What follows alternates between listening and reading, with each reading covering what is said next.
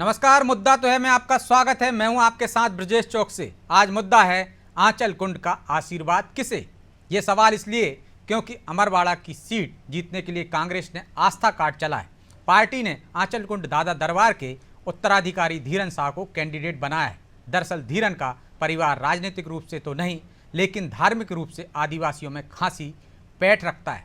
इसलिए हर्रई राजघराने से आने वाले कमलेश शाह को मात देने के लिए कांग्रेस ने धीरन पर दाव लगाया है। हालांकि बीजेपी को भरोसा है कि जीत तो उसकी ही होगी, लेकिन सवाल यह है कि कांग्रेस का आस्था कार्ड कितना सफल होगा। क्या धीरन बीजेपी की मुश्किलें बढ़ा पाएंगे? आखिर आंचल कुंड का आशीर्वाद किसे मिलेगा? आज इन सवालों के इर्द गिर्द चर्चा करेंगे, लेकिन पहले देखिए ये रिपोर्ट।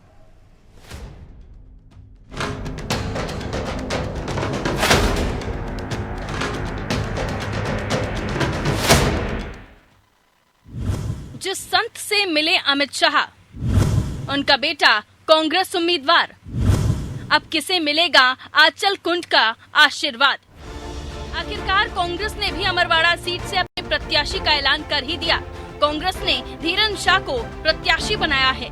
गुरुवार को उन्होंने पीसीसी अध्यक्ष जीतू पटवारी, नेता प्रतिपक्ष उमंग सिंगार की मौजूदगी में नामांकन का फॉर्म दाखिल किया, लेकिन इस दौरान न तो कमलनाथ दिखाई दिए और न ही उनके बेटे नकुलनाथ। लेकिन गौर करने वाली बात यह है कि कांग्रेस ने एक सोची समझी रणनीति के तहत धीरन शाह को मैदान में उतारा है। दरअसल धीरन शाह आंचल कुंड के सेवादार सुखराम दादा के बेटे हैं, जिनसे केंद्रीय गृह मंत्री अमित शाह ने भी मुलाकात की थी। इस परिवार की आदिवासी परिवारों में अच्छी पकड़ है। भारिया हो या आदिवासी, हर कोई दादा दरबार में जाकर हाजिरी लगाता है। ऐसे में उनके परिवार को हर कोई जानता है और अब कांग्रेस इसी संबंध को भुनाने की तैयारी में है। ये समय है अमरवाड़ा के कंधों पर सबसे भारी बोझ का। आपकी जिम्मेवारियां देश में और प्रदेश में सबसे ज्यादा है। अभी वो व्यक्ति जिसने पूरी जिंदगी 50 साल छिंदवाड़ा और अमरवाड़ा के विकास के लिए पूरी जवानी दे दी, पर रिजल्ट निकला तो हम समझते हैं कि उनका सम्मान नहीं बढ़ा। सही है कि गलत? ये हमारी जो यहाँ उपस्थित कार्यकर्ताओं का खून इसमें खोलना चाहिए। अगर उस हार का बदला लेना हो तो इस बार अमरवाड़ा से कांग्रेस के पंजे को भारी बहुमत से हम सब दिन रात एक करके जिताएंगे। धीरन को उम्मीदवार बनाने के बाद ऐसा कहा जा रहा है कि कांग्रेस ने अमरवाड़ा की जंग को जीतने के लिए धर्म का सहारा लिया है, जिसके इर्द गिर्द बीजेपी की भी राजनीति घूमती है। लेकिन अमरवाड़ा आदिवासी बाहुल्य सीट है। यहाँ आदिवासियों का हर्रई राजघराना, गोंडवाना गणतंत्र पार्टी और आंचल कुंड धाम तीनों से जुड़ाव है। ऐसे में ये चुनाव दिलचस्प हो गया है। हालांकि आंचल कुंड धाम का आशीर्वाद किसे मिलेगा, इस पर बीजेपी का क्या कहना है, वो जान लीजिए। अमरवाड़ा में भारतीय जनता पार्टी लंबे समय से वहाँ क्षेत्र में सेवा कर रही है और देश में और प्रदेश में भी भारतीय जनता पार्टी सरकार के माध्यम से जनता के जीवन स्तर को ऊंचा उठाने के लिए कृत संकल्पित है। निश्चित तौर पर केंद्र की सरकार और राज्य की सरकार के साथ अमरवाड़ा की जनता है और जनता का आशीर्वाद भारतीय जनता पार्टी को मिलेगा। और जब जनता का आशीर्वाद भारतीय जनता पार्टी को मिलेगा तो अचल कुंड दरबार का आशीर्वाद भी भारतीय जनता पार्टी को मिलने वाला है। राजनीतिक विश्लेषकों का भी मानना है कि अब अमरवाड़ा की जंग राजघराने और आंचल कुंड धाम के बीच हो गई है, क्योंकि बीजेपी प्रत्याशी कमलेश शाह हर्रई राजघराने से आते हैं। इसलिए कांग्रेस ने उन्हें मात देने के लिए इसी धाम की आस्था को अपना अचूक अस्त्र बनाया है और धीरन शाह को प्रत्याशी बनाकर आदिवासी वोटरों को सहेजने का तगड़ा दांव चला है। हालांकि धर्म के सहारे अमरवाड़ा को जीतने की कांग्रेस की ये कोशिश कितनी कामयाब होगी, ये तो नतीजे ही बताएंगे। ब्यूरो रिपोर्ट, अनादि टीवी।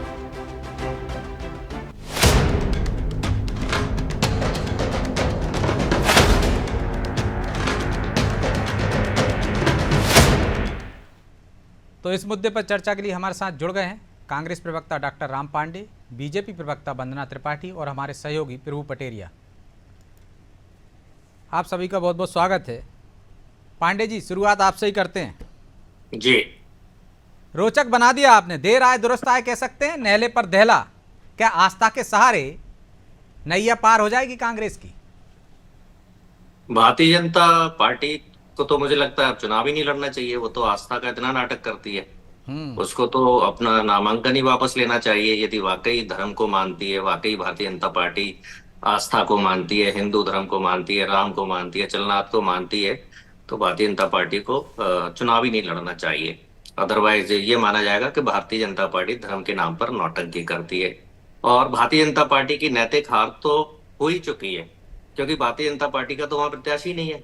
कुछ दिन पहले वो कांग्रेस का कार्यकर्ता था, कांग्रेस का नेता था, कांग्रेस का विधायक था, ज्यादा समय नहीं हुआ, 6 महीने पुरानी बात है, और वही भारतीय जनता पार्टी से लड़ रहा है। अब ये कैसी पार्टी है? 10 करोड़ 20 करोड़ कार्यकर्ताओं की पार्टी, 8.5 लाख लोग विभिन्न पार्टियों के इसमें पहुंच गए, और इनके पास अपना खुद का कोई कार्यकर्ता, खुद का कोई नेता नहीं है जिससे चुनाव लड़वाया जा सके। और सबसे बड़ी बात यह, भारतीय जनता पार्टी कहती है कि एक देश एक चुनाव, तो फिर ये हर 6 महीने में चुनाव क्यों करा रहे हैं? और 3 लोग कांग्रेस छोड़कर गए थे चुनाव के दौरान, लोकसभा चुनाव के दौरान। 4 जून को लोकसभा चुनाव संपन्न हो गया, उसके बाद कोई नहीं गया है।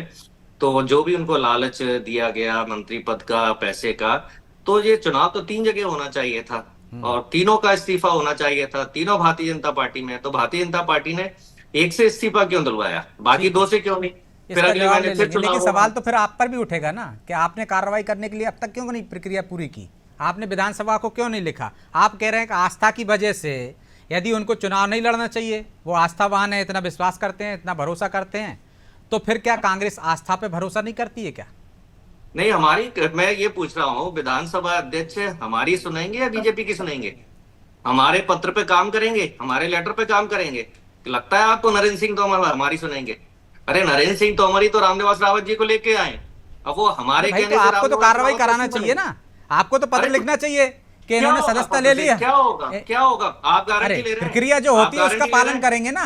आप गारंटी ले रहे हैं पत्र पे कार्रवाई होगी, और पत्र से कुछ नहीं होता है। मतलब आप कुछ नहीं करेंगे? विधानसभा अध्यक्ष के ऊपर है, विधानसभा अध्यक्ष के ऊपर है, लेकिन आप कह तो सकते हैं कि हमने कार्रवाई के लिए लिखा, लेकिन नहीं किया। मैं ग्वालियर का हूँ, मुरैना के विधानसभा अध्यक्ष नरेंद्र सिंह तोमर, उन्होंने वहां प्रचार किया, वही लेकर आए। पूरे देश की, प्रदेश की जनता को पता है नरेंद्र सिंह तोमर उनको लेकर आए, और आप कह रहे हैं कि उनको लेटर लिखो नरेंद्र सिंह तोमर को। नरेंद्र सिंह तोमर के किसी लेटर को पढ़ेंगे, सुनेंगे? विधानसभा अध्यक्ष किसी पार्टी का नहीं होता, ये आप भी जानते हैं, लेकिन प्रक्रिया तो पूरी करना होती है ना।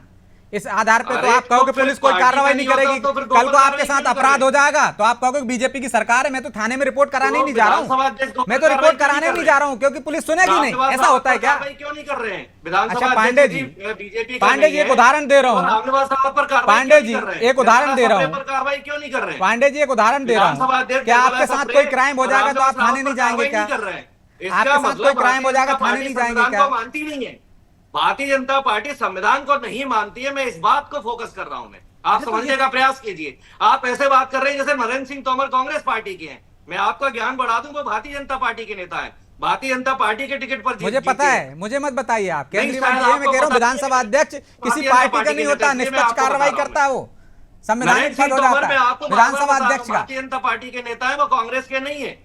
आपको शायद जानकारी नहीं, इसलिए मैं आपको जानकारी दे रहा हूँ।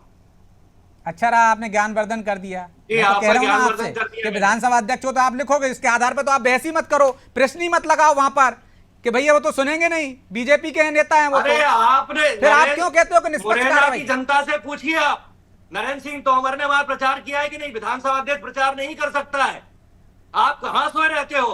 सारे मीडिया को पता है, पांडे जी आप मुरैना में गए कि नहीं? पांडे जी, विधानसभा का जो अध्यक्ष होता है, विधानसभा के प्रीमाइसेस होता है, उसमें अध्यक्ष है वो, वहां उसकी शक्तियां असीमित है। कहीं प्रचार करता है क्या?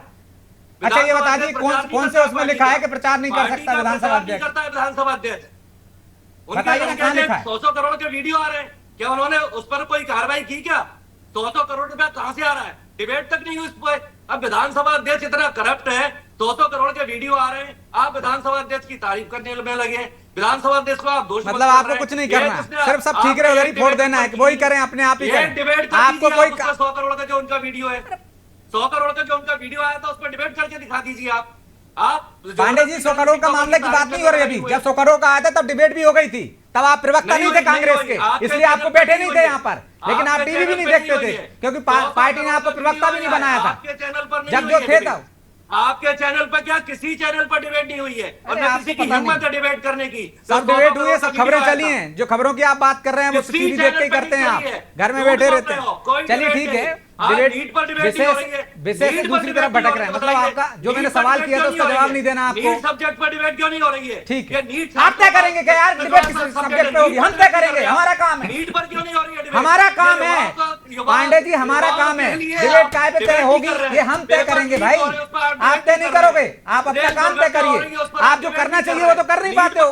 ये जो शिकायत आपको करना चाहिए कि 2 विधायकों पे कार्रवाई कीजिए, बीजेपी में शामिल हो गए, उन पे कर नहीं पा रहे हो आप। चलिए ठीक है, अब बन्ना जी का समय ले रहे हो आप। चलो लौट रहा हूँ दूसरी बात। डिबेट कीजिए। ठीक है, लौट रहा हूँ। समय तो इसलिए ले लेता हूँ ठीक है, बन्ना जी से अब जवाब लेता हूँ, फिर दूसरे दौर में आ रहा हूँ। बन्ना जी वो कह रहे हैं कि एक देश एक कानून की आप बात करते हैं, हर व्यक्ति को आप बीजेपी का विधायक है, बीजेपी में ले लेते हैं, कांग्रेस का विधायक है और चुनाव कराते जाते हैं, तो बात कुछ करते हैं करते कुछ हैं। और उन्होंने कहा आस्था में यदि आपका भरोसा है तो फिर तो आपको चुनाव लड़ना ही नहीं चाहिए। जी नमस्कार ब्रजेश जी, बाकी पैनल को भी नमस्कार। देखिए सबसे पहले तो राम पांडे जी से एक आग्रह है कि विषय भ्रम ना फैलाएं, और ये डिबेट जिस विषय पे है उसी पर अगर हम सीमित रहें तो ज्यादा बेहतर होगा, वरना अगर जी आक्षेप मैडम लगाने आप की अपनी बात आएगी, कहिए, मेरे तो नाम तो मत आक्षेप जपिए, मेरे नाम पर अपने समय डिस्टर्ब में मत आप कीजिए। बोला आप मुझे जब ज्ञान मत छेड़ दिया बांटिए, उनको, समय में मुझे बोला ज्ञान है। मत बांटिए। आपकी चौकसी जी समय ने जो में सवाल किया उस पर शांति का जवाब परिचय दीजिए। दिया है, कृपया आप मेरा दीजिए। मेरा मेरे नाम पर ज्ञान मत पांडे बांटिए। जी, आप ठीक। राम का विरोध कर रही है, ये उचित नहीं है। राम का विरोध करना आपको बहुत महंगा पड़ा है अयोध्या में। राम कहाँ से आ गए यहाँ? राम भक्त लोगों ने पांडे आपको जी का सबक विरोध सिखा कर दिया रहे हैं। अयोध्या में। आप अपनी इसलिए तुलना राम से मत राम करिए। का विरोध मत कीजिए।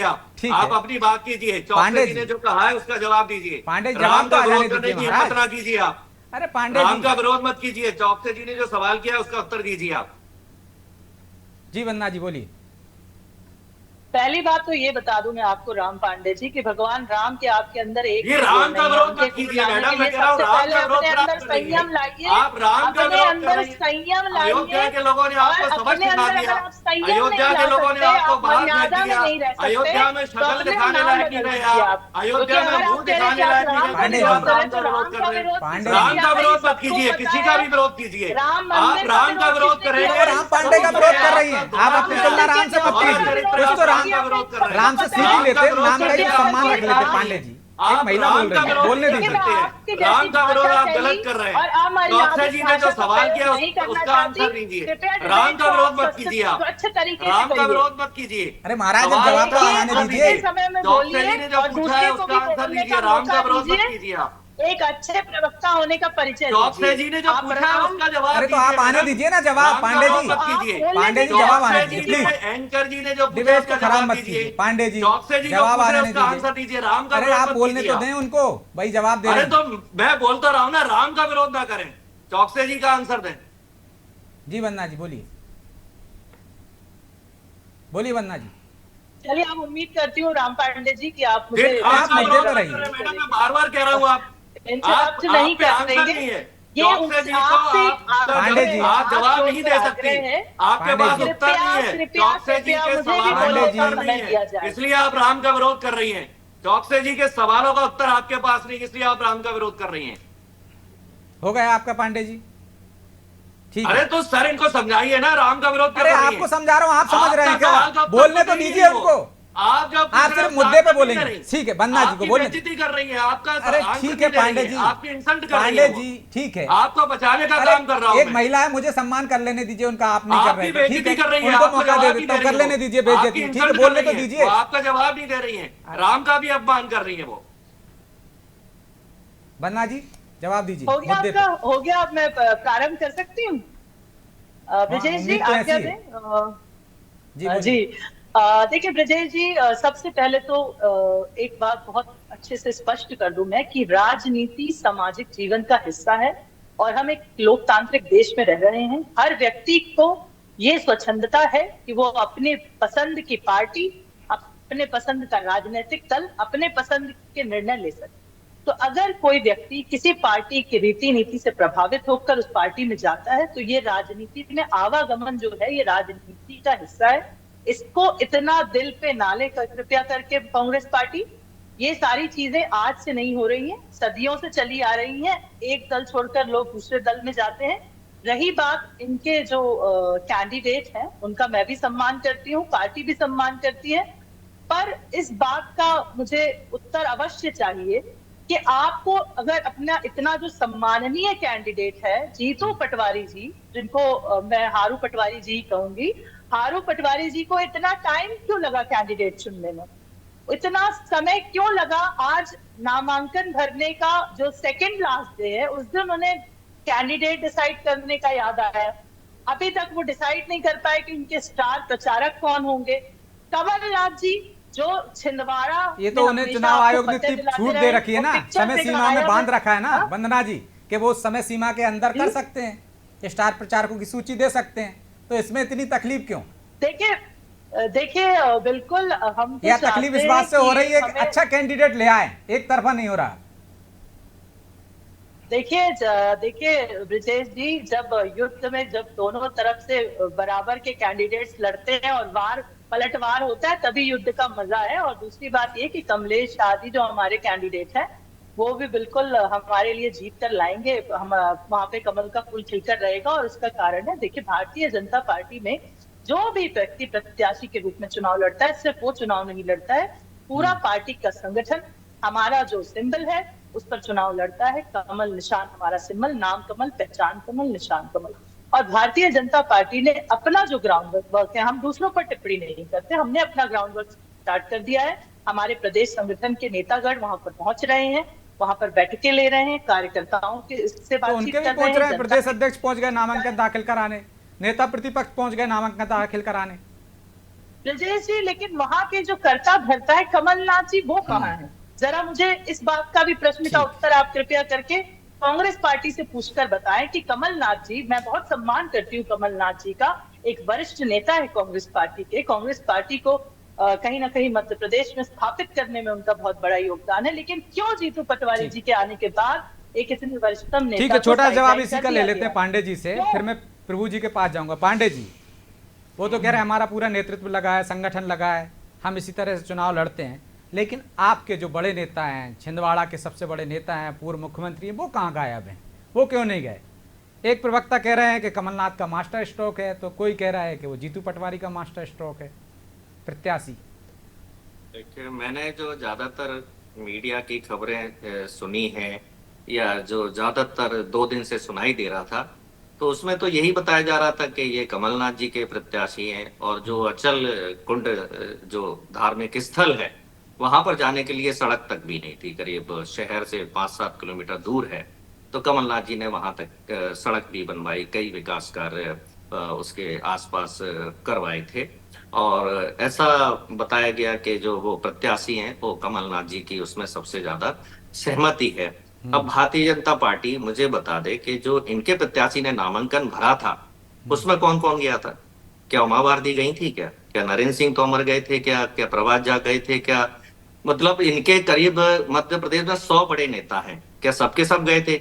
हाँ, ये अब जरूर कह रहे हैं नहीं है ना महाराज, छिंदवाड़ा का बड़ा नेता नहीं होता तो कह सकते थे। कमलनाथ जी तो छिंदवाड़ा को प्राथमिकता देते हैं पहले, तो अंतर तो महसूस कीजिए ना आप, कि प्रभात झा की तुलना आप कमलनाथ से कर रहे हैं, कि वो यदि ग्वालियर में नामांकन होता तो कह सकते थे आप कि ये बड़े नेता क्यों नहीं गए। अच्छा, कल यदि कमलनाथ जी आपको वहां दिखाई दिए तो फिर आप क्या अपने वक्तव्य बदलेंगे? और दूसरा मैं ये कह रहा हूं, नामांकन भरने के लिए कहीं ये नहीं लिखा हुआ है कि नामांकन भरने के लिए कौन जाएगा, या नामांकन भरने के लिए किसी का जाना जरूरी है। नामांकन भरने के लिए जब कलेक्टेड ऑफिस में अंदर जाते हैं तो 5 लोगों से ज्यादा की परमिशन नहीं होती है। तो कमलनाथ जी नहीं गए, उनकी तो कमलनाथ जी उन 5 लोगों के लायक भी नहीं थे कि 5 जो टॉप मोस्ट जाना चाहिए। देखिए ब्रजेश जी, अमित शाह जी आए थे। अमित शाह जी एक बात बताइए, अमित शाह जी गए थे अचल कुंड, अब अमित शाह जी की पार्टी के लोग अचल कुंड का विरोध कर रहे हैं। अब ये लेने गए थे लोकसभा चुनाव में, ये भारत में सम्मान किया जाता है, इसी प्रकार से बड़े बुजुर्गों का सम्मान करना। चलिए मैं लौट रहा हूँ आप दोनों के पास, प्रभु जी को चर्चा में शामिल कर लेता हूँ, बहुत देर हो गई। ठीक है, प्रभु जी को चर्चा में शामिल कर लेता हूँ। प्रभु जी, आखिर आंचल कुंड का आशीर्वाद किसको मिलेगा?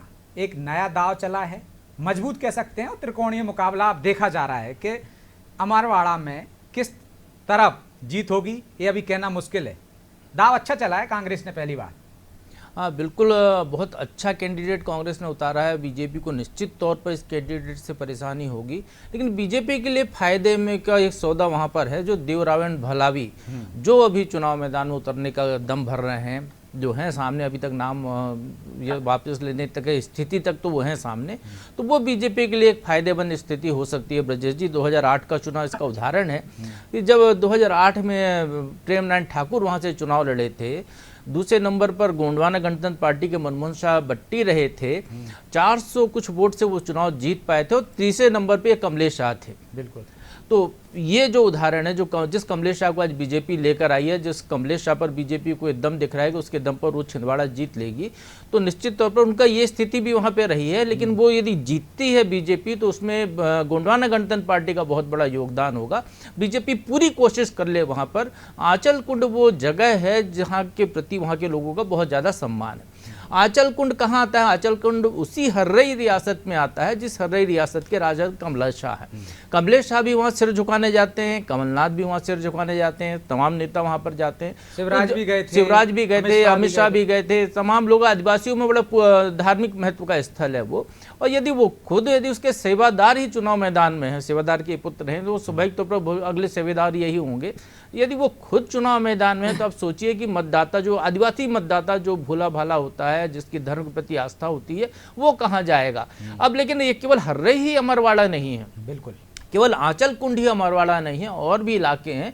तो वो इलाके क्या डिसाइड करेंगे वो देखने वाला होगा। लेकिन ये यदि आंचल कुंड दरबार के उम्मीदवार हैं, तो ये मान के चलिए कि जहां उनका प्रभाव क्षेत्र है, वहां के ज़्यादातर वोट तो कांग्रेस के पाले में ही जाएंगे।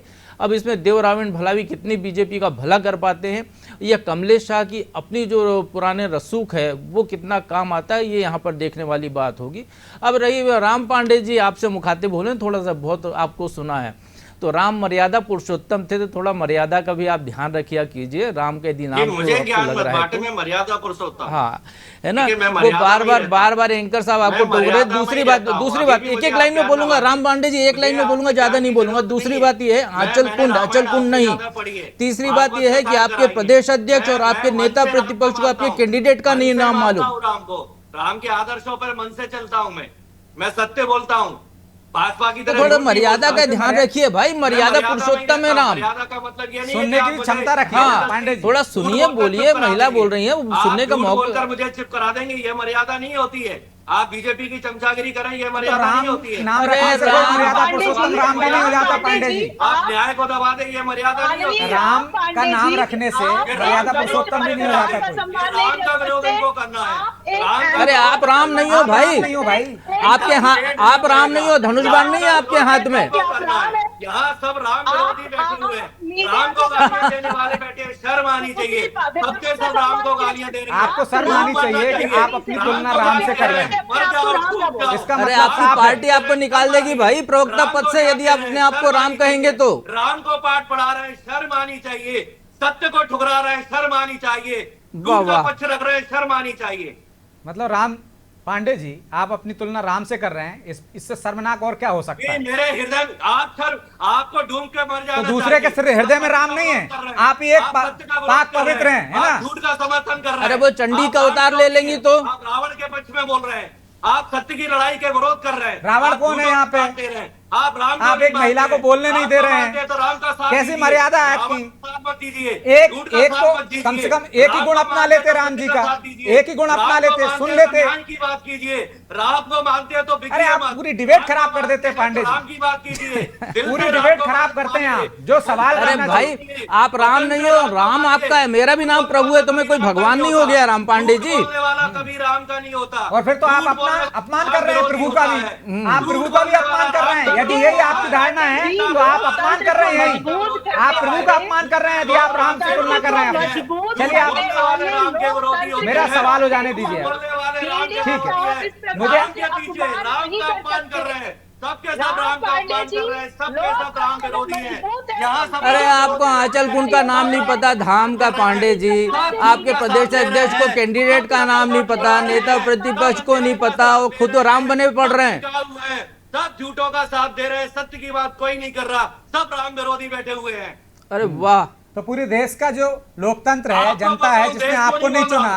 आपको आप नहीं राम चुना, विरोधी बैठे हुए मध्य हैं। प्रदेश का सारे राम विरोधी हैं, जो झूठ मतलब मध्य बोलता प्रदेश है, की राम सारी को नहीं जनता राम मानता। विरोधी है। जो पांडे जी, किताब मीडिया होता है, पांडे राम जी, को नहीं सारी मानता। जनता राम विरोधी है मध्य किताब प्रदेश मीडिया की, राम को नहीं मानता, जिसने झूठ आपको बोलने एक भी वाला सीट राम नहीं को दी, मानता। जो एक भारतीय भी जनता सीट पार्टी नहीं से दी। बिक गया है वो राम को नहीं मानता। तो सही कह रहे हैं आपके जो प्रवक्ता भी कहते हैं ना, उसी पद्धति पे आप आगे बढ़ रहे हो। अच्छा चलो राम स्त्रोत सुना दीजिए, चलो राम स्त्रोत सुना दीजिए। पांडे जी आप कितने राम भक्त हो ना, आप राम हो तो राम स्त्रोत सुना दीजिए, एक आध लाइन सुना दीजिए। राम को नहीं मानते, रावण के वंशज बैठे हुए हैं। चलिए, तो उन्होंने एक चैलेंज दिया, स्वीकार कर लीजिए। बड़े राम राम लगे हो, राम स्त्रोत सुना दीजिए, 4 लाइनें सुना दीजिए उसकी।